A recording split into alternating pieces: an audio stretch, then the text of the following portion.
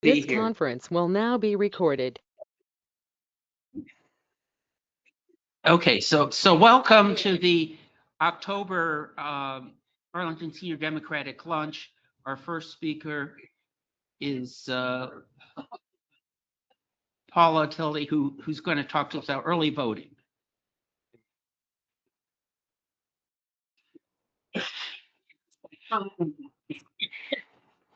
I am not exactly a speaker. I'll just put in a plug for early voting. I do help organize the early voting poll greeting, which is really important for especially our local candidates, Monique and Takis, who are not identified by party on the ballot. So we hand out blue sample ballots. We at courthouse, it's a long period of early voting. So there are tons of shifts to fill. We have been able to be there throughout all day throughout the time, giving out the voters the ballots, the sample ballots. So please, if you can, go to Mobilize and sign up. If anyone needs to have the links sent to them, you can email early voting all run together at arlingtondemocratsallruntogether.org. So early voting at arlingtondemocrats.org. Thanks. We need lots of volunteers. Thank you, Bob. And it's now my pleasure to introduce Monique Bryant, who's our candidate for school board. And she is going to talk to you about her campaign and what you can do between now and Election Day. And I'm sure she'll be very inspiring to us all.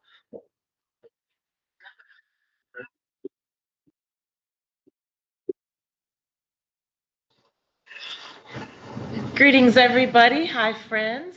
I will be brief today, but I want to thank you for this opportunity to share a bit about the campaign and what we're aiming for here with the APS. Personally, in my campaign, it is all about empathy, how we hear lived experiences, engagement, how we engage one another. As we were having a wonderful conversation here, we don't come to speak at anyone. We want to be in dialogue together so that we can make effective decisions for all of APS. And obviously excellence. We want to make sure that we hold our school system to an excellent and high regard. We want to make sure that our staff members, our educators, and our students have the resources and the tools they need to thrive. And that's the fabric of our community. It's centered on our schools and with our young people. I want to make sure that everybody is aware of early voting and that on November 4th, as Bob said and as Paula said, Takis and I do not have a D by our name, but we have the values of democratic leaders, which are making sure that we're watching what's happening in our community, that we are dreaming and envisioning things for our school system and for our community and our county. I don't want to take too much time, but I would love for you to stay engaged. This work doesn't stop on November 4th. That's the biggest message I can tell each and every person. It doesn't rest with the work of 5 county board members nor 5 school board members. It rests with each and every one of us in the community. So I ask that you stay engaged, that you stay volunteering any way that you can, that you bring your concerns and you also bring your gratitude or your joy or anything that you want to share with the school board, with the county board, with each other as community members, because the work doesn't start or stop on November 4th. It really is just getting started. So thank you so much for having me today. I want to get back to this wonderful dialogue we're having, okay. But thank you so much. I'll start with the first question. Okay. The federal government has played a big role in education since the 1960s. And most of what sort of touched Arlington County were a bunch of career federal employees at HEW and the Department of Education on a wide variety of topics, from special education through civics curriculum, and we got a whole series of federal grants on everything you can think of. Most of those people have been laid off. And now the main way that Arlington has been touched is by recent litigation regarding trans students' rights and the appropriate use of school facilities and so on. And it's a different sort of interaction than the friendly grant maker over the river in Washington. So where do you see Arlington's relationship with the federal government in the education space going, and what can all voters and citizens of Arlington do to support that? Absolutely. Great question, Bob. Thank you. So first, we've got to make sure that we vote up and down the ticket Democratic. We all know what our democratic values are. We're seeing what's happening with our current administration, and federal dollars that are a right to local entities and to states are being withheld because people are standing by their values. They are not breaking laws. It has been determined they are not. I can't speak as to the lawsuit because I'm not a school board member and I'm not privy to that information. What I can speak to is standing by the rights of individuals, by standing up for our schools and making sure that we ensure not only that we get the federal dollars that we have a right to, but also getting creative, looking at solutions because we are in that current moment. So if those dollars are not there, we cannot just forego the services that are needed. And as we heard just this week, heartbreakingly, that the Department of Education and the people that have been furloughed or actually riffed and fired are specifically for our students and our individuals with disabilities, so that we would not have to honor IDEA or ADA compliance within our schools. And it is utterly heartbreaking and gut-wrenching to think that we are at the slow moment. And so we've got to do everything we can to really think outside of the box, think outside of what we've been doing in the past. I say it everywhere that I go in hopes that it catches on. APS is doing some amazing things with volunteers. And I said it at our table that we need to make sure we're leaning into our elders and the wisdom that already is presented to us, because sometimes all we have to do is ask. The answer might be no, but it also might be yes. And the idea that I'd like to see is more community engagement. Currently, Arlington County employees have a certain number of volunteer hours that are paid hours they can volunteer. Previously, it was 8 hours. Don't quote me on this, but I think it has increased to 16. It has increased. If we could just imagine if half of those staff members in Arlington County gave half of their volunteer hours in our schools, for teachers having planning periods, having different breaks, having thought partners, volunteering for a day in the career of, what would that look like? There's cost savings there. It's not cost prohibitive. There is a way to really be engaged in our community. So there are things that we have to do and think about outside of the box that we previously have done, especially as our federal dollars are on the line. Who else has a question for Monique? Yes. My question's a little different, and I don't know how much influence you have. It's an organization that talks about the university program. And the program has been put into the schools in Florida and over Florida. At this point, it's my opinion. I've watched some of the program videos, and they are really with misinformation just out and out. I'm sorry, I don't care what any one of these schools think. Slavery was not a happy time. And I want to ensure that we do not, because Arlington County, I would love to join the state of Virginia, maybe even provide to us. But Arlington County does not buy into the program and put it in school for our children, and starting at kindergarten, to watch this nonsense. I mean, my children went to public school, and I volunteered on the public school. And as you can tell by that, I have great my boy and my function. And the math is not in the You're one of these organizations that you're funded by a bunch of far right morons, and you just tell them lies. And our kids have been, it's not education, it's indoctrination. I think it's important for everybody to project their voice today so it shows up on my computer. But thank you for your comments. But racist, I should say, indoctrination.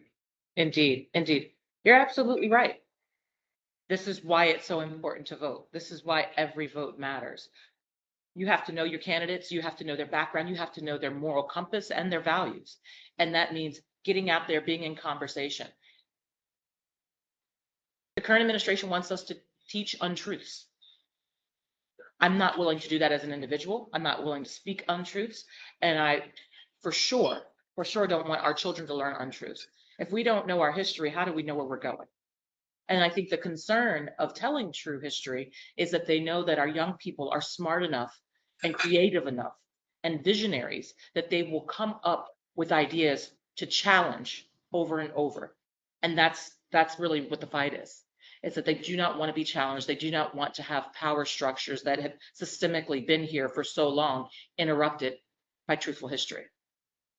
Well, I do think that the Trump administration's activities in higher education have been more visible and far-reaching than in K-12.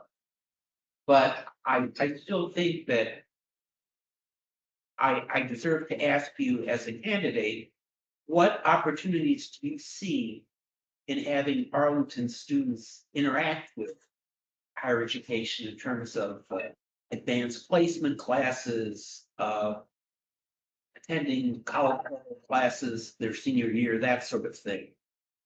You want to comment on that? Absolutely. We have some amazing programs. Many of you may know, but my son is an APS graduate. He's a recent college graduate in May. And there are so many, thank you. There are so many programs in Arlington that really allow our children to thrive. They are gearing up for their future, whether it is college bound, trade school, a workforce development. These are programs that should be accessible to them. And the biggest concern that I have is that as these federal dollars are going from certain programs, that we're looking at a lens of how to stretch minimum, and we're placing a bigger burden on our educators. We're asking them to do more with less. And so my concern is that all of the programming across would be affected by that. We know that those federal dollars are geared towards certain programs, but how do you compensate for that? That's the question. How do you do that? Generally, you stretch other things. And so what does that do? All of our students deserve to have the programs. AP courses, to really allow them to stretch to meet their needs, to go as far as they possibly can. University courses while they're in high school, so they have college credits. We have great local universities. How many universities do we have right here and/or campuses? And we also have a program with Northern Virginia Community College that allows students to transition right in and have their associate's degree and come out with less debt, because we're also seeing young people that are graduating, so included, that come out and they're ready to get into the workforce and they're plagued with student debt. So we've got to, again, be thinking creatively of what that looks like for each and every student. Steve, you have a question? Well, I was just going to mention, talking about this travesty of propaganda they're trying to get into the schools. When I was in middle school at Swanson, I was able to read the autobiography of Malcolm X, one of the first biographies I read, and I wondered, would that even be allowed in today's school, or worse, would it be allowed in 2 or 3 years if this right wing extreme, is instigated for all the schools? That is a great question. The library is my happy place. I was there last night. I think it's not just at the school level. It's also at our libraries. And for Arlington Public Libraries, they are standing true. I don't know how many of you have been seeing like the 1619 project and the barriers to ballots, and making sure that every community member in Arlington and people that come and visit have the right and access to books. I mean, I've never, ever thought in my years that I would watch books that I read, The Diary of Anne Frank, the autobiography of Malcolm X, Fahrenheit 451, that these would be banned books. We are in a time that we are watching an administration that wants to strip away critical thinking skills of people. Well, to me, it's very hard to wrap something around all of this, our involved aspect of the state of Virginia. But I think one of the failures of the Democratic Party was they didn't have right around to sort of the madness of the country. I don't know why they understood it, because nobody lies to you about what you do. My view is I would like people to start putting the places where we can run around stuff. Because I think we can think that, we don't want to ban both, but if this woman who's head of the Department of Education and her master their way, they're going to force banning books down at her. So my attitude, you can ban books, they can get them on the internet anyway, but then I think we need to research and say, oh, God, I can read that book. But if you really want to read it, you could Wait. www.whatever you get this book. There are some initiatives happening. A friend of mine that I know was creating a site because as we've watched on government sites, information just gone. Yeah. Years of research gone. And there are people that are putting sites together to make sure that it's there. I will say this. One of the biggest things I have learned throughout this campaign, and this is my first time running, is it always starts at local. And I say that because as we look at the state of Virginia, a friend sent me an article the other day. There are 8 school districts that do not have any candidates on the ballot. There are 8. Heck, one or They zero? have 0. They have just write-in. And it is because and I'm not speaking for those school districts or any, but in conversations, the space that we hold for our local elected leaders, the toxicity that comes from it. We are all watching right now the safety concerns that come from being honest and truthful and saying what we see. And so why would anybody put themselves or their family at risk? We've got to rethink in the state of Virginia. I'll share it with you. I'll share you the article with you. I'm going to pull it up on my laptop when I come over there. We've got to rethink, even in my campaign, people say, you don't, I tell people, let me say what this meaning is. When I say I'm not a gotcha girl, I'm not pointing fingers at any opponent. If it's in their heart to run and they are doing the best they can do, then again, it's our responsibility as voters, community members, to get to know people, to really know what their values are, what their morals are, what have they done in the past, what have they voted on, how have they behaved? Because the bigger concern is how are we modeling civility, so basic civility to our young people. They are watching their parents turn on the news, and we are just with You've seen hatred and cruelty and hateful rhetoric and violence.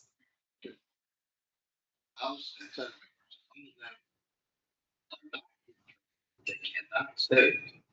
And people like, pretty conservative fellow had to leave because he was getting so many threats against him and his whole family. He had the money to pay for the security, but a lot of these people in the Congress, they're literally scared for their lives. And how does that trickle down to local levels? And that's the thing. If they're in that This is districts without.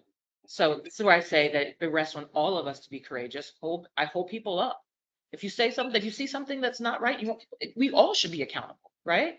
For the decisions we make, especially as leaders. And what are we doing to help them?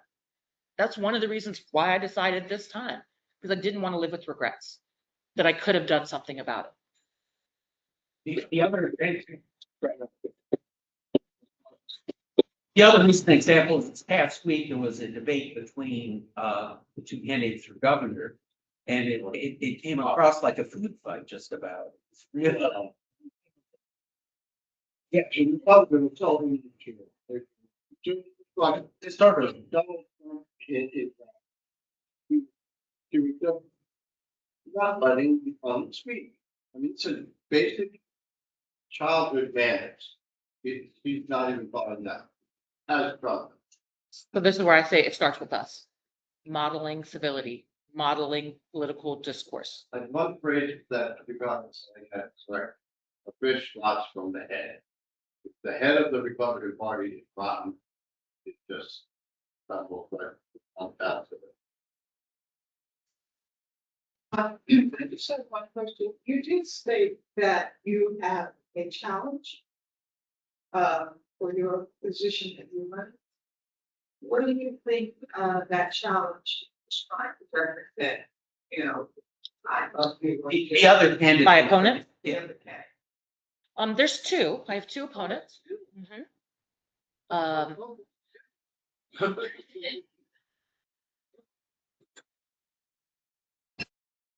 Without speaking ill of one, and I don't speak for anyone, my concern, again, is in our society, the one thing I can say with what we're seeing federally and statewide with hateful rhetoric is at least we know it, at least we see it coming. It's concerning when somebody has hateful rhetoric that comes across as affable and doesn't stand for people. That's wildly concerning because we don't know what damage could be done if they were elected. Sheets flows. What, If you will. Graduate Mr. Jefferson. And president of that university just founded out of office by the same writer.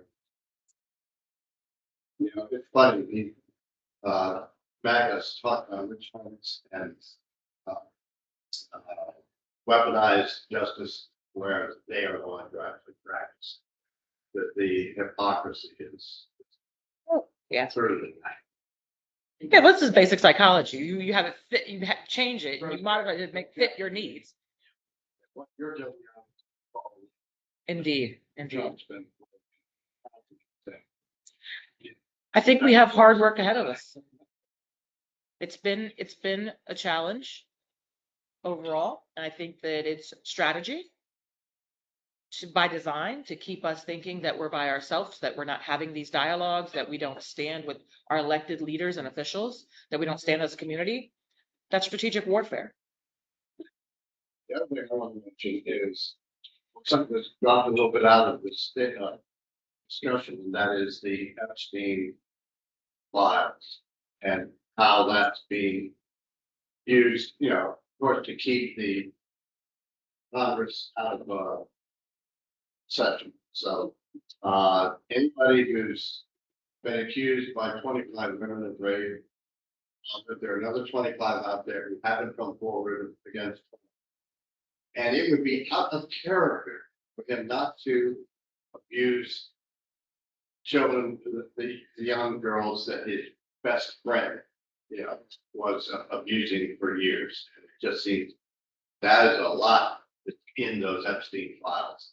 And that's why the heaven and hell tried for us. See, or one vote away from. Okay, George. I think Congress has a hard job ahead of them. My job is to make sure that I do everything possible on Arlington County School Board if elected to make sure that our schools stay strong. That is, and safe for everyone, including our educators and our staff. That's the work. Okay, Linda, do you have a question? My question is about the separation of church and state when it comes to funding. And once it's gone to the Supreme Court, I believe, to say that Catholic schools, although I was raised Catholic, but I went to public school, my other siblings back there attend Catholic school. So anyway, they want to be looking at can taxpayer dollars be used to pay for, private, charter schools or Catholic schools. Our situation here in Arlington in terms of, and I know the state, they put everything down to the state law, state rights, with the Department of Education. And our tax dollars do pay for everything. So what do you think how that will affect or will it affect? Because they're really going to push, and I'm not sure if your opponents too are into that kind of thinking about taking public taxpayer aid to, divert pay for these schools, just like we did in Jim Crow time, or when we were fighting for university schools and the people in Virginia, they took all that. They shut down the schools in St. Louis County. I know it well. Public schools are as strong as their communities, and Arlington has strong schools and a strong community. We're not without our challenges. We're not immune to what's happening around us, but this is where I say we've got to vote up and down the ticket, because when we have leadership in Virginia, because they have said that we'll leave it up to the states. Once we have leadership that stands by public education and knows that those dollars are rightfully deserved in counties across the state, we'll be in much better shape. And that is why it is imperative that we get the word out. Don't tell one friend or two friends, tell 5, 10, or 15 or 20 to make sure they vote. Make sure that they know that there's an election happening in Virginia on November 4th and that early voting has been open since September 19th. It is imperative. It is imperative that we not only say it, but that we tell people what's at stake. You want to give us some idea of how the Arlington school budget breaks down between local taxes versus state aid versus federal? What are the percentages roughly? Well, the percentage I'm going to focus on the percentage that could be withheld because that's really what's on people's mind right now, which is how much is federal funding that could go, which is it's a small percentage in percent wise, it's a little over 2%, but financially it's millions of dollars. And the programs that it assists are our students that are most vulnerable. And so this is where I'm saying we've got to think outside the box and we've got to come up with creative solutions. It's going to be hard work. I have told many people that I anticipate if elected, outside of raising a family, it'll be the second hardest job I've ever had in my life. And I anticipate it. I look forward to it. And this is where I say it doesn't end November 4th, because it will be going over and over and leaning into this budget and, pulling out things and extrapolating what is working, what is not, like residency verification, address verification that APS piloted and started to see funding that they could use back in our schools because some of the students weren't residents of Arlington County, expanding on those so that we save more dollars, or those dollars that are there go back to our students and our educators so that they get, COLA raises and raises on a regular basis. Because if they are not seen and empowered and able to do their job, then it's really a moot point, because who's there to educate our children? Okay.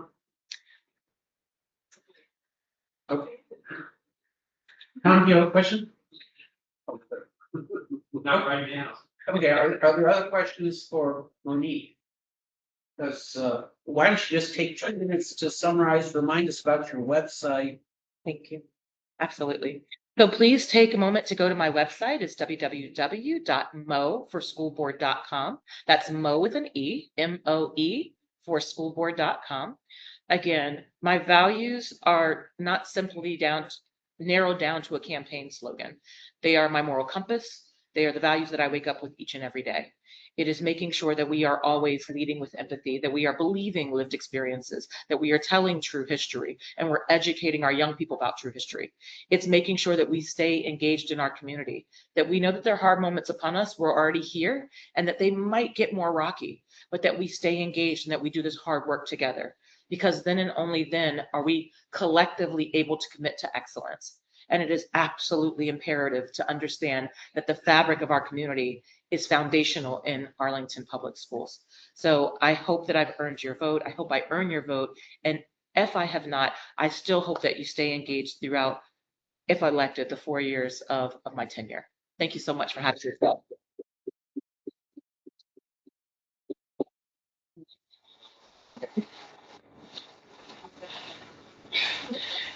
Now, remember, the election is on November 4th, although you can vote early before then.